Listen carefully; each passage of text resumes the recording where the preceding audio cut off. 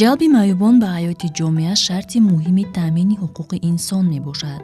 ҳимояи ҳуқуқҳои маъюбон на танҳо кори адолат, балки сармоягузорӣ ба ояндаи дурахшони онҳост. ба хотири ҷалби ҷомеаи ҷаҳонӣ ба ин қишри аҳолӣ, ҳамасола 3 декабр рӯзи байналмилалии маъюбон дар саросари ҷаҳон ҷашн гирифта мешавад. ба кишвари мо низ истисно нест. умуман барои табобату тавонбахшӣ, истироҳат ва зиндагии шоистаи нафарони имконияти маҳдуд дошта дар Тоҷикистон чораҳои лозима андешида шудаанду муассисаҳои махсус ба онҳо хизмат мерасонанд.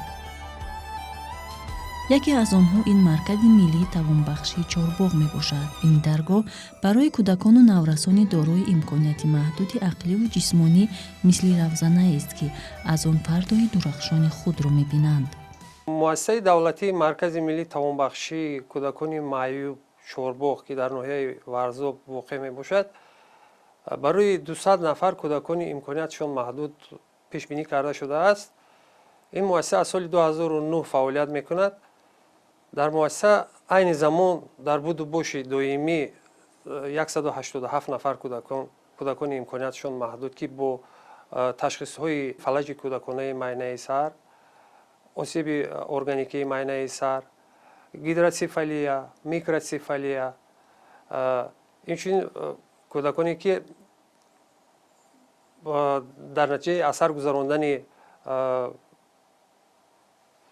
бемориҳои сироятии майнаи сар фаро гирифта шудагӣ мебошанд.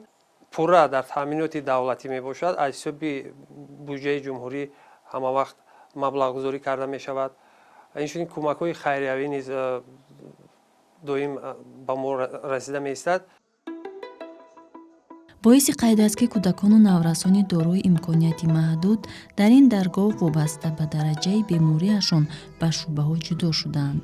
аниқтараш, муассисаи номбурда ба 3 бино тақсим шудааст ва ҳар яке бо тамоми шароитҳое, ки барои табобат ва зиндагии кӯдакони имконияти маҳдуд дошта лозиманд, таъмин шудаанд. дар муассисаи мо 3 шуъба фаъолият мекунад. шуъбаи якум шуъбаи кӯдаконе ки онҳо бистарӣ мебошанд, яъне ки роҳ гашта наметавонанд, кӯдакони маъюбе ки тамоман роҳ гашта наметавонанд, онҳо доимӣ дар бистар хобанд. шуъбаи дуюм кӯдакое мебошанд, ки онҳо роҳ гашта метавонанд, онҳо худашон ҳаракат мекунанд мустақилона бе ёрии ягон одам. шуъбаи сеюммон пурра шуъбаи тавонбахшӣ мебошад. дар он шуъба чӣ хеле пештар қайд карда будам ман, 30 нафар кӯдаки имконияташ маҳдуд бо модаронашон омада дар ҳаминҷа табобати дар давоми 21 рӯз табобати тавонбахшӣ мегиранд. баъди тамом шудани муҳлати табобатшон, яъне 21 рӯз, онҳо мераванд бо рохати вазорат дигар модарон. дар солона мо зиёда аз 600 кӯдаки имконияташ маҳдудро ба табобати тавонбахшӣ фаро мегирем. давоми сол ҳар як бахш ки 21 рӯз давом мекунад, ҳамин хел зина ба зина рафтан мегирад табобати тавонбахшӣ. дар ин даргоҳ кӯдакону наврасони имконияти маҳдуд дошта доимо таҳти назорати мураббию парасторони ғамхор ва ҳамшираҳои шафқат қарор дошта аз ғамхориҳои ҳукумати кишвар баҳраманданд. чун аксари онҳо оилаи худро надоранд, ин даргоҳ барояшон хони падариро иваз намудааст. ҳарчанд бошандагони ин ҷо тани солиму ақли расо надошта бошанд, аммо қалби пурмеҳр доранд. кормандон бошанд, мекӯшанд заррае ҳам бошад, рӯзгори якмароми ин дардмандонро рангинтар созанд. ҳамзамон баҳри табобату тавонбахшии онҳо дар ин муассиса утоқҳои махсусе амал мекунанд, ки ҳар яке вазифаи худро доранд. дар муассисаи мо аслан барои табобати тавонбахшии кӯдакони маъюб зиёда аз 19 намуди табобатҳои тавонбахшӣ мебошад. дар ҳар як ҳуҷраи тавонбахшӣ мутахассисони ҳамин соҳаи тавонбахшӣ фаъолият мекунанд. кӯдакон тамоми намуди ҳамин машқу табобатҳои тавонбахширо мегиранд. мо дар як вақт ҳам ба модару кӯдак, ки дар ин ҷо барои тавонбахшӣ мебиёнд, ба онҳо хизмат мерасонем ва инчунин кӯдакони доимӣ мо низ доимо аз ҳамин гуна табобатҳо ҳамин хизматрасониҳо бархурдор мебошанд. табобатҳое ки дар ин ҷо мегиранд асосан эрготерапия, механотерапия, девори шведӣ, кор бо хамир, маҳси обӣ, маҳси умумии бадан, барқдармонӣ, азекирит, лойдармонӣ ва дигару дигарҳо. Зиёда аз 19 намуд табобатҳо дар мо мебошад. муҳим аз ҳама хизматрасониҳо ройгон аст. ин аст ки дар ин макон корафтодагонро аз тамоми гӯшаву канори кишвар вохӯрдан мумкин аст. ба касе пӯшида нест ки тавонбахшии кӯдаки имконияти маҳдуд дошта хароҷоти зиёдро металабад ва табиист ки хизматрасониҳои ройгони ин муассиса мушкили волидонро ки дар шуъбаи сеюм табобат мегиранд то ҳадде осон мекунад. нафарони дар будубошти доимӣ қарор дошта низ дар ин ҷо аз чизе танқисӣ надоранд. бо хӯроки серғизо, сару либоси тозаву мувофиқ ба мавсими сол таъмин буда дар утоқҳои кушоду зебо зиндагонӣ доранд. чун дар пеш зимистон аст, роҳбарияти муассиса барои бемушкилӣ сипарӣ намудани фасли сармо ҳама чораҳоро андешидаанд. ҳама утоқҳо бо системаи гармидиҳие ки дар худи бино сохта шудааст пайваст мебошад. кӯдакони муассиса тибқи меъёр дар як шабонарӯз 4 маротиба бо хӯроки гарм таъмин мебошанд. инчунин маҳсулотҳои ширӣ, творог, сметана, онҳо доимо ҳама вақт таъмин мебошанд. дар номгӯи хӯрокҳое ки давоми шабонарӯз қабул мекунанд, ин чизҳо маҳсулоти ширӣ ҳатман вуҷуд дорад. дар масъалаи сару либос гуфтаниам ки сару либосам ҳамавақт бо сару либосҳои мавсимӣ таъмин мебошанд кӯдакон. аз ҷиҳати сару либос, аз ҷиҳати барои табобат дору дармон ягон танқисӣ надорем. дар муассисаи мо аслан 5 нафар табиби соҳавӣ кору фаъолият мекунанд. мо табиби кӯдакона дорем, табиби бемориҳои равонӣ дорем, табиби бемориҳои асаб дорем, дандонпизишк дорем. онҳо ба кӯдакон доим хизмати худро дариғ намедоранд. дар ҳолатҳое ки мисол ягон зарурият агар ба миён биёяд, бемориҳои соматикӣ агар мушоҳида шавад дар кӯдакҳо, мо қадри имкон дар ҳамин ҷо табобатамон мегузаронем, дору дармон ҳама чӣ мерасад. дар ҳолати зарурӣ мо ба марказҳои тиббии ҷумҳуриявӣ кӯдаконро интиқол метиҳем. аз он ҷумла ба маркази муассисаи давлатӣ, маркази тиббии шаҳраки шифобахш кӯдаконро бурда дар он ҷо ташхису табобат мегузаронем ва боз гаронда ба муассиса бармегардонем. чӣ тавре гуфтем кӯдакони шуъбаи якум ва дуюм ки шумораашон қариб 200 нафарро ташкил менамоянд, ин маконро хонаи худ меҳисобанд ва кормандони ин ҷо пайвандонашонро иваз карданд. дар ин ҷо ба кӯдаконе ки каму беш қобилияти ақлонӣ доранд машқҳои омӯзишӣ мегузаронанд. ба онҳо расмкашӣ, навиштани ҳарфу рақам ва шиносоӣ бо муҳити атроф омӯзонида мешавад. инчунин бахшида ба ин ё он ҷашну сана дар толори муассиса барномаҳои варзишиву фарҳангӣ доир мегарданд. чӣ тавре кормандон мегӯянд, иштирок дар чунин чорабиниҳо кӯдаконро рӯҳбаланду волидахотир месозанд.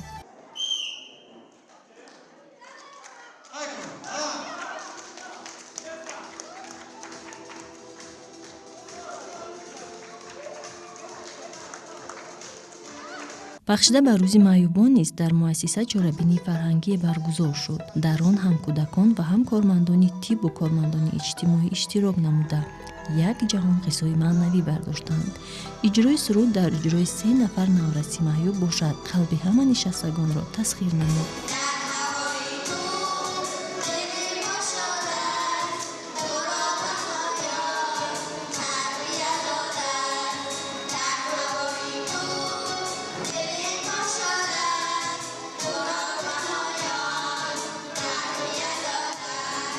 хеле ки мо медонем ҳар сол 3 декабр дар тамоми дунё рӯзи маъюбон қайд карда мешавад. дар муассисаи мо инчунин ин ҷашнро имрӯз ба як шукӯҳу шаҳомати хоса қайд карданд. гарчанде кӯдакони мо дорои бемории сусъақлӣ мебошанд, аммо ин ҳиссиёту эҳсосоте ки онҳо мебардоранд аз ин гуна чорабиниҳо мо дар ҳақиқат эҳсос мекунем ки ҳамин кӯдакҳо ба ҳамин чиз як ба таври мусбӣ ин чизро ба худшон қабул мекунанд. ба кадом хотир ки онҳо гарчанде ки кӯдакони баъзеҳошон ноқисулақл ҳастанд, баъзеҳошон мисол дорои бемориҳои асаб мебошанд, онҳо ҳамавақт лаҳзаҳои хурсандӣ ва ин чизҳоро ба худашон мусбӣ қабул мекунанд. бояд гуфт ки нафароне ки дар шӯъбаҳои якум ва дуюм ба будубошти доимӣ фаро гирифта шуданд, аз оилаҳои гуногун ба ин ҷо омаданд. Агар яке ятими кул бошад, дигаре аз оилаи солим аст, яъне ҳам падар ва ҳам модар дорад, аммо афсӯс касе онҳоро надидааст. кӯдакони муассисаи мо аслан гирем аз кӯдаконе ки ба будубоши доимӣ фаро гирифтагӣ мебошанд, аз онҳо қисми зиёдашон кӯдаконе мебошанд ки онҳо ятими кул мебошанд, яъне ки на падар доранд на модар доранд. дар ин миён бо ҳастанд кӯдаконе ки аз онҳо падару модар пурра даст кашидагиянд, яъне ки падару модар аз фарзанди худашон даст кашидагиянд бинобар сабаби беморӣ доштагаш аз кӯдак даст кашидагиянд. аз ҳамин шумораи умумии 187 нафар 25 нафарашон ятими кул мебошанд ки на падар доранд на модар. аз инҳо бо 56 нафари дигааш ним ятим мебошад, яъне ки ё падар надорад ё ки модар надорад. ҳастанд бо кӯдаконе ки аз оилаҳои пурра, яъне падару модар дорад, лекин дар шароити вазнини иқтисодӣ қарор доранд, онҳо аз ӯҳдаи нигоҳубини ҳамин кӯдаки маъюб намебароянд. ба ҳамин хотир онҳо кӯдакашонро оварда дар ҳамин ҷо месупоранд. алан кӯдакое ки аз онҳо даст кашидагиянд зиёда аз 14-15 нафар мебошанд. онҳо асосан баъд аз синни соли 4-солагӣ боло онҳоро аз хонаи кӯдакони рақами 1 шаҳри Душанбе оварда ба муассисаи мо месупоранд. тибқи оинномаи корхонаи мо, тибқи оинномаи муассисаамон, дар мо кӯдакони аз 4 сола то 18 сола қабул карда мешавад. яъне аз синни 4-солагӣ қабул мекунем то синни 18 солагӣ онҳо дар ҳамҷо дар будубоши доимӣ фаро гирифта мешаванд. баъд аз гузаштани синни 18 солагӣ онҳоро ба дигар муассисаҳое ки ранги мана муассисаи мо дар ҷумҳуриявӣ ҳастанд ба онҳо интиқол метиҳем. ҳар як кӯдак ба меҳру навозиши волидайн ниёз дорад, махсусан кӯдакони маъюбу дардманд. вале афсӯс бошандагони ин даргоҳ аз ин неъмат маҳруманд. давлату ҳукумат барояшон ҳам падар гаштаасту ҳам модар. аксари онҳо волидони худро надидаанд, вале умед мебанданд ки рӯзе онҳо ба суроғашон меоянд. волидон мебиёянд, ба аёдати кӯдаконашон мебиёянд. баъзеашон лекин дар муҳлатҳои ниҳоят тӯлонӣ, баъзеаш солҳо аз ҳол аҳволи фарзандашон хабар намегиранд. баъзеҳо ҳастанд ки мисол кӯдакашонро мебиёранд, хай дар 1 моҳ 1 маротиба мебиён хабар мегиранд, баъзеош дар 2 моҳ 1 маротиба. лекин ангушумор хел волидоне ҳастанд ки доим аз ҳол аҳволи кӯдакашон бохабар бошанд ё ақаллан тавассути телефон. мо дар ин ҷо китобҳои махсус барои қайди омадарафти волидон дорем ки волидайн агар хабаргирӣ омаданд ё ки хештабор хабаргирӣ ки омаданд, ҳатман мо дар он китобҳо қайд мегузорем ки дар санаи фалон фалон падар ё ки модар омада аз аҳволи кӯдакаш хабаргирӣ омад. бо махсус китоб ҳаста ки дар он ҷо қайд мекунем ки ақаллан омада натавонад тавассути телефонӣ гап зада аз ҳол аҳволи фарзандаш хабардор шавад, ё ки кӯдаконе ки камакак хеле фаҳмишшон хуб аст, онҳо метавонанд ки мисол бо модарашон ё бо падарашон тавассути телефон суҳбат кунанд. лекин ин хел ҳолатҳо хай баъзан мешавад ки мебиёянд, хабар мегиранд, баъзе намебиёянд. ҳастанд кӯдаконе ки солҳо мумкин таи 2 сол 3 сол волидайн аз аҳволи онҳо хабар гирифтагӣ нестанд. ҳамаи онҳо дар таҳти ғамхории давлату президенти ҷумҳуриямон, яъне муҳтарам ҷаноби олӣ Эмомали Раҳмон мебошанд. имрӯз давлату ҳукумати Тоҷикистон барои зиндагии нафарони имконияти маҳдуд дошта ҳама чораҳои заруриро андешидааст ва ҳамаи ин самари истиқлолу озодӣ ва сулҳу оромӣ дар кишвар аст. таманнои онро мекунем ки ин сулҳу ваҳдат ҷовидон бимонад ва шахсоне ки сарнавишт онҳоро аз ҷисми солим маҳрум намудааст тавонанд озодона таълиму табобат гиранд, истироҳат кунанд ва чун дигар ҳамсолони солимашон зиндагии рангин дошта бошанд.